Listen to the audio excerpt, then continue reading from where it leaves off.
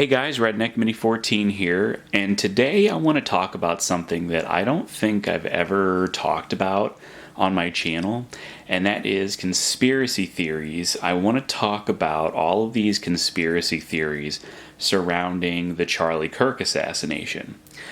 Now, I'm not really the type of person to jump on the conspiracy theory bandwagon, especially right away. When it comes to a big event like this. Obviously things that happened a long time ago that things still don't even add up, like the JFK assassination, which, they have released a bunch of stuff about that, but I don't think they've really released everything. Like, it still seems like there should have been more than one shooter, and I don't think they ever mentioned that there was more than one shooter. But anyway, that's a completely different topic. So like something like that happened a long time ago, that there are still questions even after they released all this information. There's still questions. Something like that, I can see where conspiracy theories are coming from. But something like this, today is the 28th, so it's been 18 days since the shooting of Charlie Kirk. A lot of stuff has not been released. A lot of stuff is still being investigated. The FBI has released some, footage and things that, the public can look into, but they haven't released everything, and understandably so, because there's an active investigation. And I understand this whole not wanting to believe the government, because oftentimes the government does lie. They don't always lie, but they do lie a lot. But let's not confuse the government lying to us with the government not telling us the whole truth or not releasing all of the information. Those are two different things, and they can lead to the same thing later on, but they're two different things, and I think a lot of people get those two things confused. Now, I will say that there are quite a few questions to be asked, quite a few questions that have not been answered, but in my opinion, the majority, if not all, of these conspiracy theories that I've heard are just completely ridiculous. They don't make any sense, and I'm sure I haven't even heard them all. But I'm going to get into at least all the ones that I've heard and explain why I don't think any of them make any sense, and why I personally think that the official narrative makes the most sense. Now, keep in mind, I don't think that it makes complete sense. I think there are still a bunch of questions that need to be answered, and some things that just don't add up, but compared to all the other theories that I've heard out there, it makes more sense than that. So, let's get into it.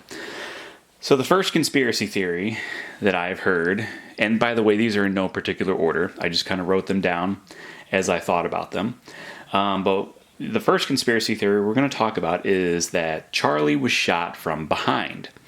And that doesn't make any sense, because if you look at the tent, the easy up thing and this backdrop and where he was in relation to the crowd and in relation to the building, there's really no way to get a clear shot. There's very limited visibility, and depending on where somebody thinks that they might have been shooting from, there's not a really clear line of sight to where Charlie was. And they're saying that, the bullet, went in,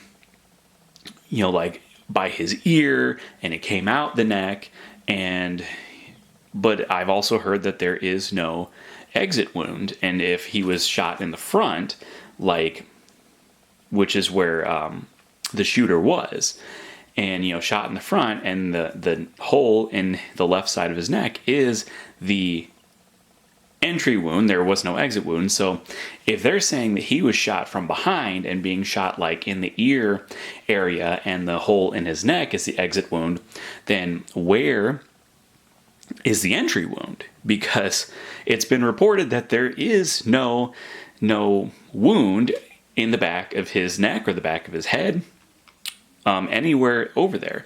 Now, I will be upfront and honest with you guys that I have not seen any of the up-close footage. And I refuse to look it up because I don't want to see Charlie that way. I don't want to remember Charlie that way. I have seen some, far away footage and a few like little, really quick clips and some still shots from like the moment that he did get shot. So I've seen that. I don't want to see anything that shows blood gushing out of his neck or him falling on. I just don't want to see that. I don't want to remember him that way.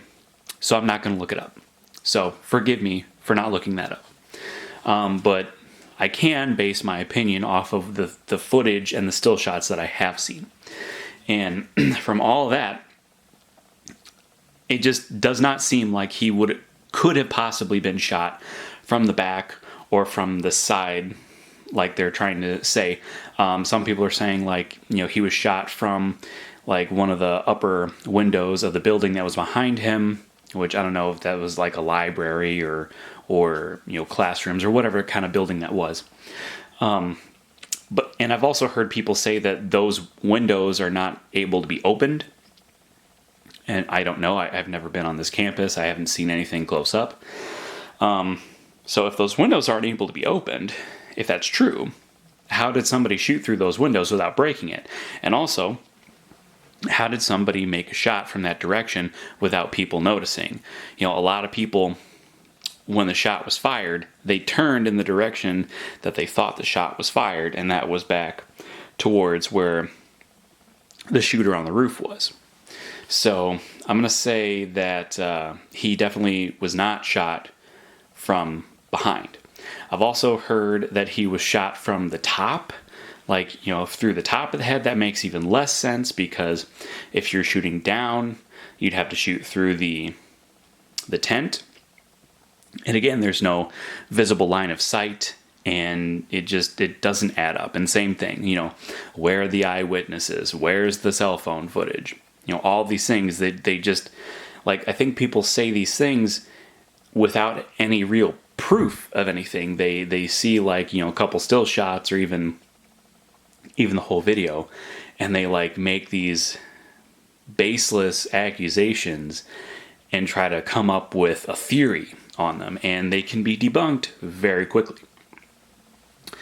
Another one is that he was shot from roughly 20 feet away with a 9mm.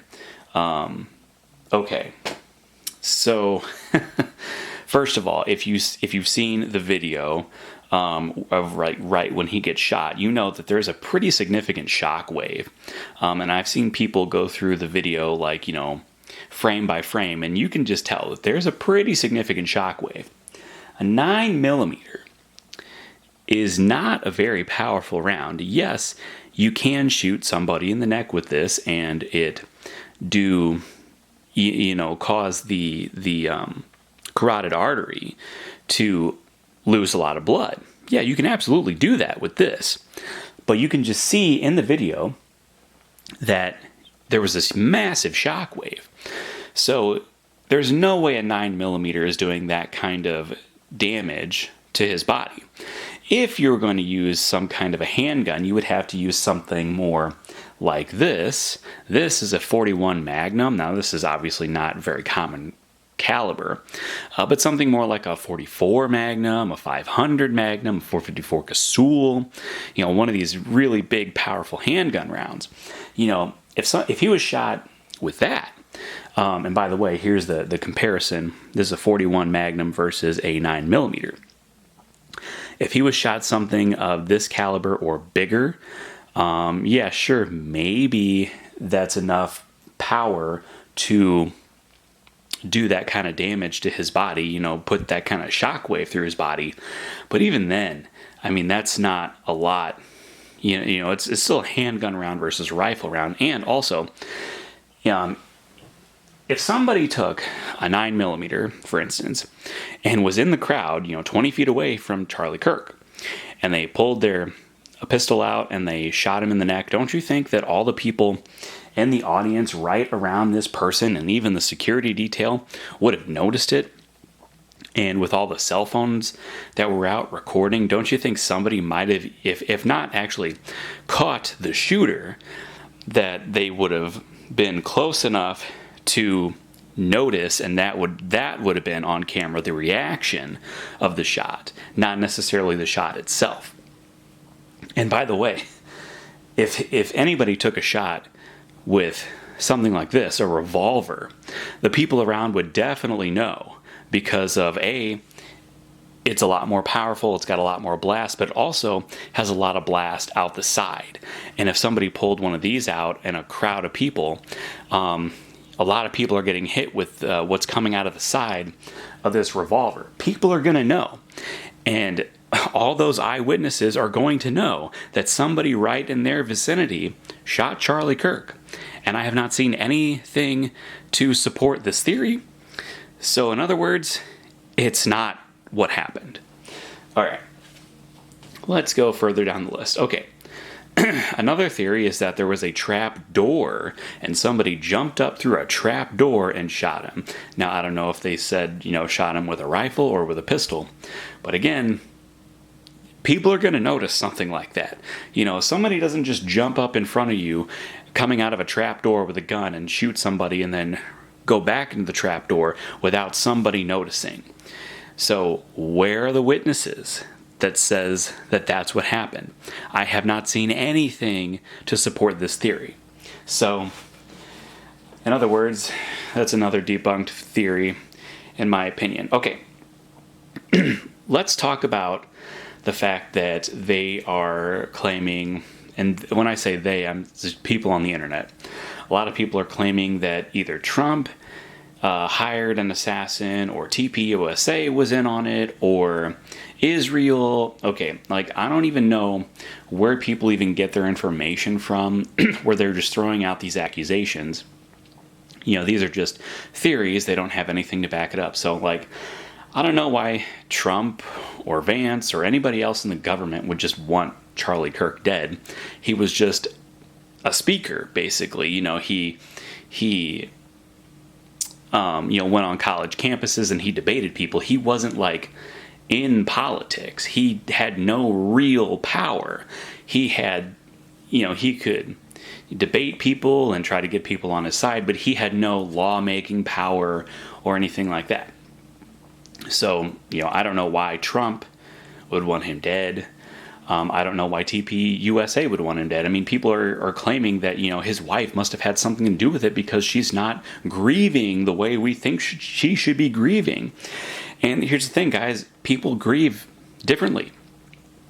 And, I've seen plenty of videos where she was tearing up and crying and, I would say she was grieving. So I don't think that his wife or TPUSA or his security detail had anything to do with it. A lot of people are saying that his security detail, they gave hand signals and all this, like somebody could have been coughing, cough into their hand, and a small, a second of a video that somebody shot, and that's automatically a hand signal. No. So somebody moves their hand in a certain gesture, maybe, like I said, maybe they were coughing, maybe they were talking to somebody that wasn't, like talking to one of the other guards, or looking at somebody in the crowd, pointing at, there's all kinds of scenarios where somebody would move their hand in a certain way. It's not necessarily hand signals. So I don't believe that. So, and then Israel, I don't really understand the whole Israel thing either. But I find it hard to believe that Israel would want somebody like Charlie Kirk dead. I can understand why another country would want an actual leader dead, but I don't understand why leaders of a country would want somebody who is not really of any political importance dead. That just doesn't make any sense. He's not the president. He's not the vice president. He's not any members of Congress. He's not anything like that. He's, again, just a political speaker and a political debater. So, Anyway, that's all I'm going to get into on that. I just don't buy it. You know, I think it's more likely that a radical left-wing nut job went off the rails and took him out. That's just my opinion. So, you know, if anybody can come up with any proof, real proof, that any of these people actually were in on it, you know, come talk to me. But I have not seen anything. It's all just theories. All right, another thing, and this isn't really a conspiracy theory, but it's a question that people have been asking, and that's, why is there no rifle in the security footage of when the shooter jumps off the roof? And to that, I say there was. I've seen many people on YouTube break the videos down up close, and you can see at the very least that person who jumped off the roof had something very long, and it was wrapped in some sort of fabric. Now, the rifle was supposedly found in the woods, wrapped in a black towel, and so that fits the narrative, you know. If he jumped off the roof with a rifle wrapped in a black towel, and he had black clothing on, so the black towel was most likely to help it camouflage into his attire so that people didn't notice it when he was running through the parking lot. You know, I think that was just his way of concealing it. And also, a lot of people are saying that, you know, it doesn't make any sense how he got the rifle there and it was disassembled and he assembled it, and then they're saying he disassembled it before he ran off the roof. Well, he didn't disassemble it. You know, they found the screwdriver on the roof, and with the security footage and the way he's walking, I've seen people mimic this, and yes, it is possible that he had the rifle disassembled, and I'm talking about just the barreled action and the stock. You know, in other words,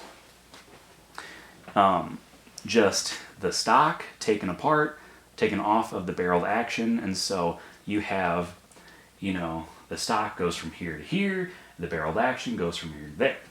And, you know, some people, depending on how he did it, how he concealed it, but I've seen a video where somebody took the stock, put it down one pant leg, and the barreled receiver, put it down the other pant leg, and yes, it is possible to walk that way, and in the video footage, he is walking with a limp, and that's because the barrel is down one pant leg, and it's ending right about his knee, and so,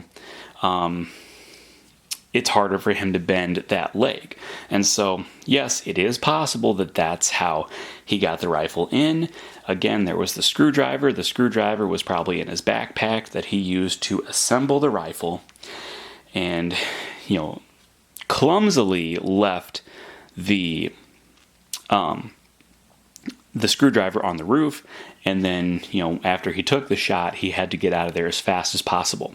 You know, with the amount of time between the shot and him running across the roof and jumping off the roof, there was no time for him to disassemble it. And again, the video footage that I've seen being broke down and showing, you know, frame by frame, it does not seem like it's disassembled. It seems like it's assembled and it's wrapped in a black towel. So he did not disassemble the rifle. And so yes, the rifle was in the video. All right, now let's skip ahead. Let's go to the second, or let's go to the last one that I did, and we'll go back to the second to last one. So a lot of people are saying that the text messages between the shooter and his transsexual boyfriend, they're saying that they're very fishy. They don't seem natural. They don't seem like this is how people talk. And I will agree.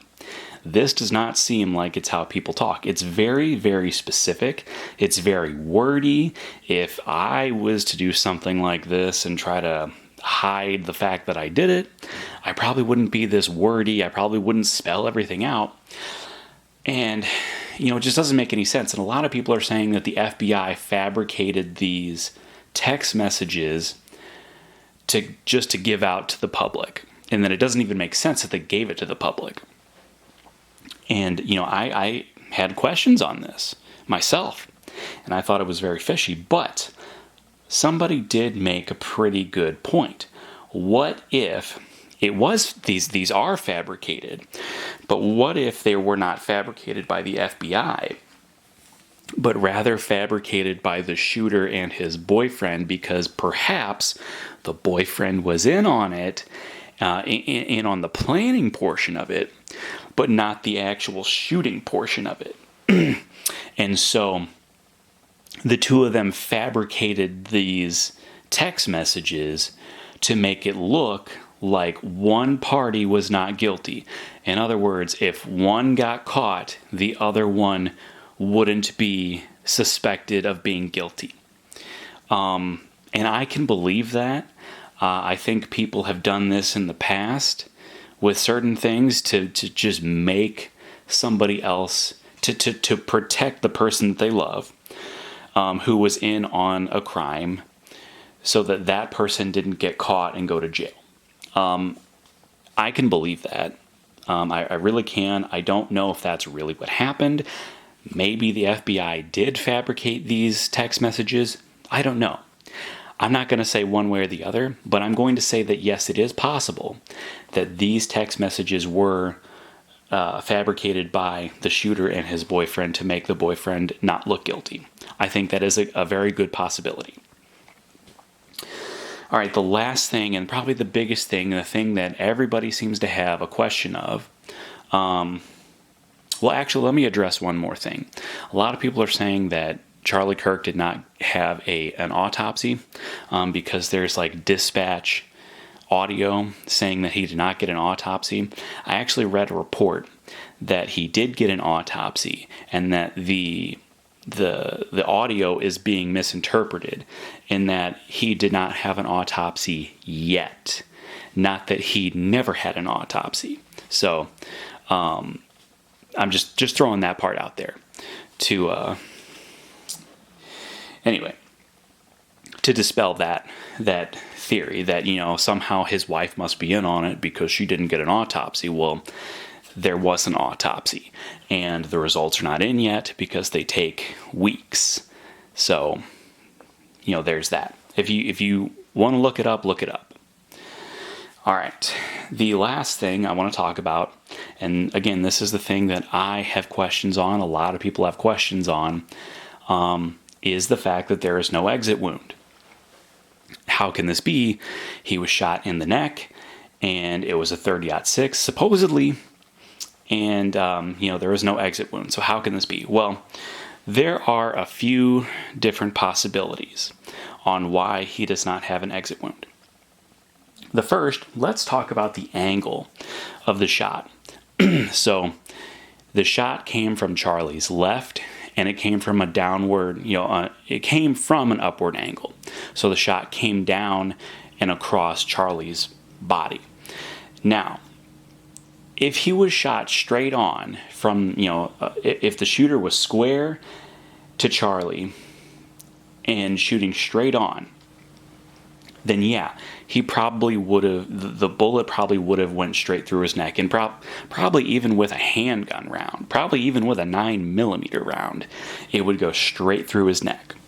No question about that. But from a high angle like that, and again, not being straight on, it came from the left and down. It is possible that the bullet went into his neck at such an angle and it hit either his spine, his collarbone, his shoulder blade, or whatever. Came in, and by the way, coming from that angle, there is a lot more meat that the bullet has to travel through. And so, it probably came in and, hit a bone, maybe deflected, went somewhere. And I've heard reports that the medical examiner or the surgeon or whoever said that the bullet was just on the other side of the skin. Okay, but I have not seen anything that said specifically where on his body it was on the other side of the skin. Was it in his neck? Was it in his shoulder? Was it in, the back of his torso? Who knows? I have not seen anything that specifically says it. In fact, I don't even know if that report is straight from the horse's mouth or if it's hearsay. So there is that. So it is possible that the bullet came in from that angle and ricocheted within his rib cage, or from his shoulders or whatever.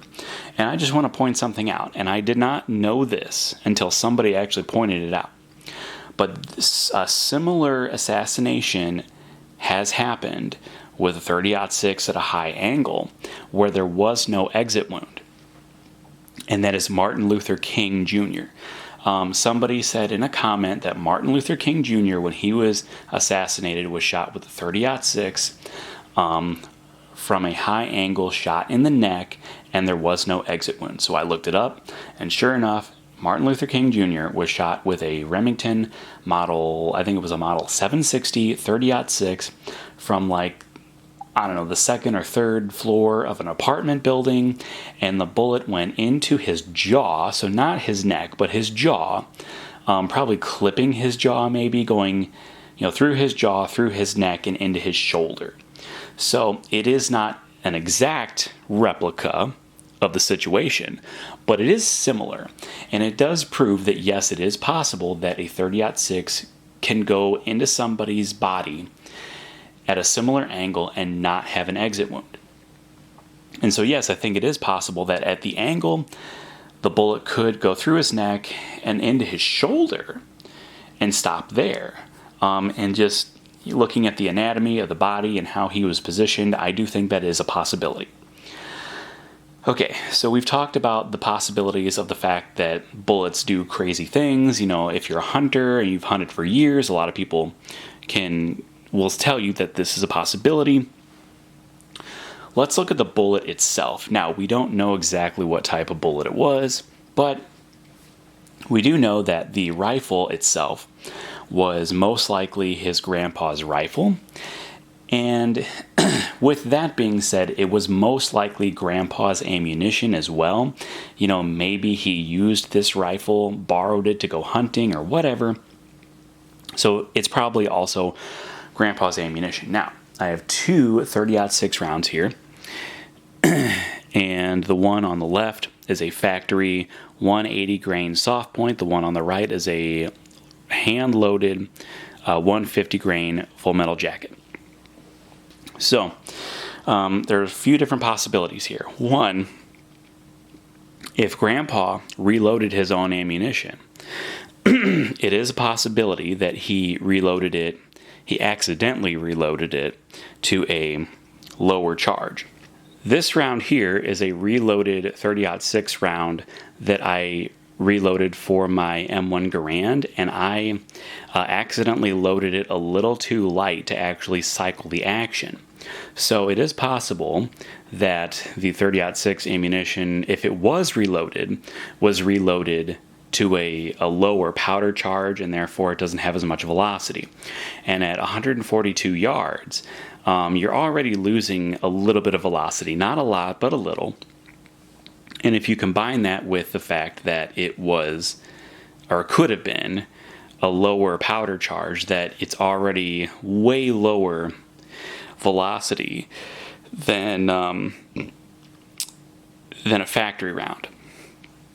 Okay, the other possibility is that the rounds were supposedly engraved with messages, and engraving bullet casings weakens the structural integrity of those bullet casings and could cause a rupture. And if it did cause a rupture, and I don't think they've ever actually released any official photos of the bullets, maybe they have and I just missed it, but if the bullet that was fired had a ruptured casing, that would also play a role in losing velocity. So that's just another theory. So it is possible that it didn't have as much velocity. And with soft point ammunition, like this round here, as opposed to a full metal jacket would probably zip right through. A soft point bullet will go through the majority of its energy right at the start. So it wouldn't necessarily go all the way through. But it's still most likely that any of these rounds would go all the way through. But there's still that possibility. The other thing I've heard people say is that, it's a 30-06. If he was shot in the neck, he would be decapitated. Or, it would just completely destroy his neck. Well, that's not true. And here's my reasoning why I say that. Because, I've been hunting. I've never shot a deer in the neck. But I don't have to shoot a deer in the neck to know that that's not true. So think about ballistics gelatin. Ballistics gel is supposed to mimic human muscle tissue. When you shoot ballistics gelatin with a 30-06 at 100 yards, it does not explode. It expands and it contracts. And that's very much how muscle tissue in a human will react. It'll expand and it'll contract with that temporary wound cavity. Now, on the contrary, if he was shot in the head, he most likely would have, his head probably would have at least blown out the back or something, like they say, how when John F. Kennedy was shot, that's, he was shot in the head and he lost a significant portion of his skull and his brain. It would be something like that. So think of a watermelon and how if you shoot a watermelon, it just explodes. Well, that's because a watermelon is soft and it's surrounded by a harder shell. And the harder shell doesn't expand and contract like something soft would, like muscle tissue. It just breaks apart. So think of a human head, to be similar to that. The brain is the softer inside of the watermelon. The skull is the rind of the watermelon. If you were shot in the head with a 30-06, most likely, if your head wouldn't necessarily completely explode, it would definitely blow out the back. So that's the difference between being shot in the neck and being shot in the head with a 30-06. It's not going to completely decapitate you. It's not going to blow your neck apart into a million pieces.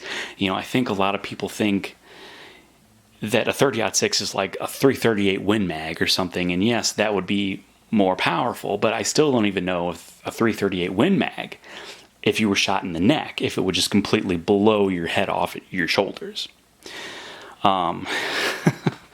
So, just a lot of things that I've heard and read that are just completely ridiculous. And again, like I've said, there are still questions to be asked. There are things that don't add up, like the lack of the exit wound. But like I said, historically this has happened once before, or at least a similar situation happened once before, and there was no exit wound. And so yes, it absolutely is possible, but it's not likely. But just because something is not likely means that it's completely impossible, and that we should all of a sudden just come up with all these conspiracy theories. So, that's everything that I could remember from all the conspiracy theories and questions that I've seen people asking and talking about online. I'm sure there's more that I forgot. But, at the end of the day, I truly believe that the official narrative that the FBI is giving us is what happened. It just seems to be the most likely candidate among all of the theories that I've heard. The majority of all the theories that I've heard just don't make any sense, and they're not really possible. A lot of people are just, making baseless accusations without any actual evidence. And you know what? A lot of people are going to say, oh, you're just a sheep because you believe the government, blah, blah, blah. Well, you know what? I don't completely believe them. Because, like I said, there are a lot of questions to be asked that have not been answered. But again, this is an ongoing investigation. The FBI is not going to release every single little detail about this investigation. They have to save something for the courtroom. So, let's just wait and see where the investigation takes us, see where the trial takes us, and just see what happens. And then afterwards, after all of the evidence has been collected and supposedly released, then we can come up with whatever conclusion we want. If we believe it, if we don't believe it, we'll see. But let's just stop with all these conspiracy theories before we even have all the information. Hey, before I go, I just thought I'd remind everybody that I do have a second channel called Redneck Off the Range. Over there, I post most of my non-gun related content, so whether it's a video on my new tractor, my power tools, my projects that I'm working on, maybe wild game recipes, or just a random vlog, I post all of this kind of content over on my secondary channel. So if you're interested in that kind of stuff, go check it out, Redneck Off the Range. But that's all for this video, so subscribe to my channel, like me on Facebook. I'm Redneck Mini 14, and until next time, be safe.